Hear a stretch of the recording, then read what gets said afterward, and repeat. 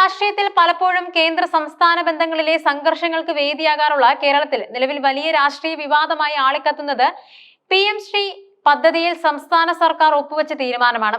ഈ വിഷയത്തിൽ ഭരണപക്ഷമായ ഇടതുമുന്നണിയിൽ തന്നെ കടുത്ത ഭിന്നത നിലനിൽക്കുന്നതിനൊപ്പം പ്രമുഖ മുസ്ലിം മതസംഘടനയായ സമസ്ത കേരള ജംഇയ്യത്തുൽ ഉലമയും സർക്കാരിനെതിരെ വിമർശനവുമായി രംഗത്തെത്തിയിരുന്നു. പദ്ധതി ദേശീയ വിദ്യാഭ്യാസ നയം നടപ്പാക്കാനുള്ള കുറുക്കുവഴിയാണെന്നും വിദ്യാഭ്യാസത്തിന്റെ കാവ്യവൽക്കരണത്തിന് വഴി തുറക്കുമെന്നുമാണ് വിമർശകരുടെ പ്രധാന ആരോപണം. കേവലം 1500 കോടിക്ക് വേണ്ടി കേരള ജനതയെ ഒറ്റുകൊടുത്തുവെന്നായിരുന്നു സമസ്തയുടെ കടുത്ത വിമർശനം. PM ശ്രീ പദ്ധതിയിൽ കേരളം ധാരണാപത്രം ഒപ്പുവെച്ചതിനെതിരെ സമസ്ത മുഷാവറ അംഗം ബഹാവുദ്ദീൻ നദ്വി നടത്തിയ പ്രസ്താവന സർക്കാരിന്റെ നിലപാടിനെ ചോദ്യം ചെയ്യുന്നതിൽ ഏറ്റവും ശക്തമായ ഒന്നാണ്. 1.98 ലക്ഷം കോടി രൂപയുടെ വാർഷിക ബജറ്റ് ചെലവഴിക്കുന്ന ഒരു ജനാധിപത്യ സർക്കാർ കേവലം 1500 കോടി രൂപയുടെ കേന്ദ്ര ഫണ്ടിന് വേണ്ടി കേരള ജനതയെ ഒറ്റിക്കൊടുത്ത് പരിഹാസ്യരാവുകയാണെന്ന് അദ്ദേഹം കുറ്റപ്പെടുത്തി. ഈ നീക്കം 4 കോടിയോളം വരുന്ന പ്രബുദ്ധരായ കേരളീയ ജനതയെ ഒരു ചതിക്കുഴിയിൽ വീഴ്ത്തുന്ന അതിനിഷ്ഠരമായ നിലപാടാണെന്നും അദ്ദേഹം ആരോപിച്ചു.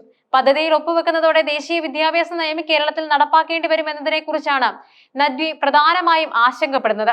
കാലങ്ങളായി ഫാസിസ്റ്റ് ഭരണം വിദ്യാഭ്യാസ രംഗത്ത് കോപ്പുകൂട്ടിക്കൊണ്ടിരിക്കുന്ന കാവ്യവൽക്കരണത്തിന് മലയാള നാട്ടിലും ബോധപൂർവം പരവതാനി വിരിക്കുകയാണ് കേരള വിദ്യാഭ്യാസ വകുപ്പ് ചെയ്യുന്നതെന്നും അദ്ദേഹം വിമർശിച്ചു.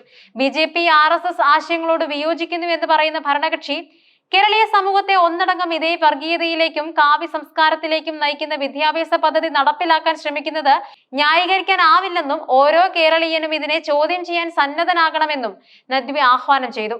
ഇതിനെതിരെ സാർവത്രികമായ പ്രചാരണവും ജനങ്ങളെ ബോധവൽക്കരിക്കലും അനിവാര്യമാണെന്നും അദ്ദേഹം കൂട്ടിച്ചേർത്തു. സമസ്തയുടെ മുഖപത്രമായ സുപ്രഭാതത്തിലും പദ്ധതിക്കെതിരെ ശക്തമായ വിമർശനം ഉയർന്നിരുന്നു. PM ശ്രീ പദ്ധതിക്കെതിരെ ഇടതുമുന്നണിയിലെ രണ്ടാമത്തെ വലിയ കക്ഷിയായ CPI തുടക്കം മുതൽക്കേ കടുത്ത എതിർപ്പ് പ്രകടിപ്പിച്ചിരുന്നു.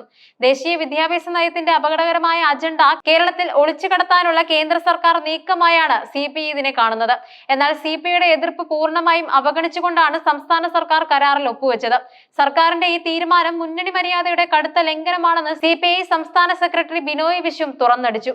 പദ്ധതിയിൽ ഒപ്പുവെച്ച കാര്യം CPI മാത്രമല്ല, സ്വന്തം മന്ത്രിസഭയിലെ CPM മന്ത്രിമാരെയും മുതിർന്ന നേതാക്കളെയും പോലും ഔദ്യോഗികമായി അറിയിച്ചില്ലെന്ന റിപ്പോർട്ടുകൾ വിഷയം കൂടുതൽ വഷളാക്കി.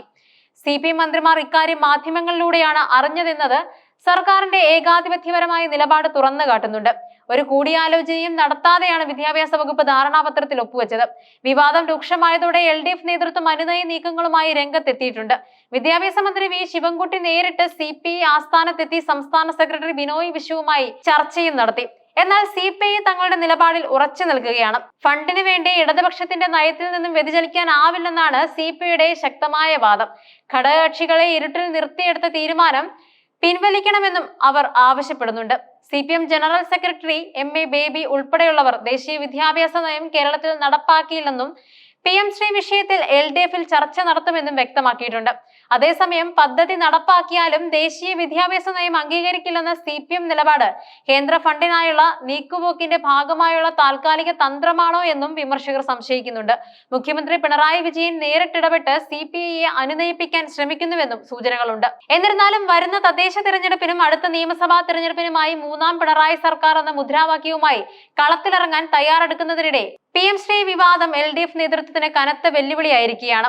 പ്രധാനമന്ത്രി സ്കൂൾസ് ഫോർ റൈസിംഗ് ഇന്ത്യ എന്നത് കേന്ദ്ര സംസ്ഥാന തദ്ദേശ സ്ഥാപനങ്ങളുടെ കീഴിലുള്ള 14,500 സ്കൂളുകളെ സമഗ്രമായി നവീകരിച്ച് ഓരോ ബ്ലോക്കിലെയും തിരഞ്ഞെടുക്കപ്പെട്ട സ്കൂളുകളെ മികച്ച പഠന കേന്ദ്രങ്ങളായി മാറ്റാനുള്ള കേന്ദ്ര സർക്കാർ പദ്ധതിയാണ്. ഇതിലൂടെ ദേശീയ വിദ്യാഭ്യാസ നയം ഈ സ്കൂളുകളിൽ പൂർണ്ണമായി നടപ്പാക്കേണ്ടി വരും. ഇതാണ് ഇടതുപക്ഷത്തിന്റെയും സമസ്തയുടെയും പ്രധാന എതിർപ്പിന് കാരണം. ദേശീയ വിദ്യാഭ്യാസ നയം വിദ്യാഭ്യാസത്തിന്റെ കാവ്യവൽക്കരണത്തിനും വാണിജ്യവൽക്കരണത്തിനും വഴിയൊരുക്കുമെന്നും ഫെഡറൽ സംവിധാനത്തിന് വിരുദ്ധമാണെന്നും സംസ്ഥാനങ്ങളുടെ വിദ്യാഭ്യാസ അവകാശങ്ങളെ കവർന്നെടുക്കുമെന്നുമാണ് വിമർശകർ ചൂണ്ടിക്കാണിക്കുന്നത്. എന്നാൽ കേന്ദ്രത്തിൽ നിന്നും കിട്ടാനുള്ള 1500 കോടി രൂപയുടെ കുടിശ്ശിക അടക്കമുള്ള ഫണ്ട് ലഭ്യമാക്കാനാണ് ധാരണാപത്രത്തിൽ ഒപ്പുവെച്ചതെന്നാണ് സംസ്ഥാന സർക്കാരിന്റെ ഔദ്യോഗിക വിശദീകരണം. ചുരുക്കത്തിൽ കേവലം സാമ്പത്തിക സഹായത്തിനു വേണ്ടിയുള്ള ഒരു ഭരണപരമായ തീരുമാനമായി മാത്രം PM ശ്രീ പദ്ധതിയെ കാണാൻ കഴിയില്ല. അത് കേരളത്തിന്റെ വിദ്യാഭ്യാസ നയത്തെയും മതനിരപേക്ഷ സാമൂഹിക അന്തരീക്ഷത്തെയും ഭരണകക്ഷികൾ തമ്മിലുള്ള രാഷ്ട്രീയ മര്യാദകളെയും ചോദ്യം ചെയ്യുന്ന ഒരു സുപ്രധാന രാഷ്ട്രീയ വിവാദമായി മാറിയിരിക്കുകയാണ്. CPIയുടെയും സമസ്തയുടെയും ശക്തമായ എതിർപ്പ് നിലനിൽക്കെ പദ്ധതിയുമായി മുന്നോട്ടു പോകാനുള്ള സർക്കാർ നീക്കം കേരള രാഷ്ട്രീയത്തിൽ കൂടുതൽ കോളിളക്കങ്ങൾ സൃഷ്ടിക്കുമെന്നത് തീർച്ചയാണ്.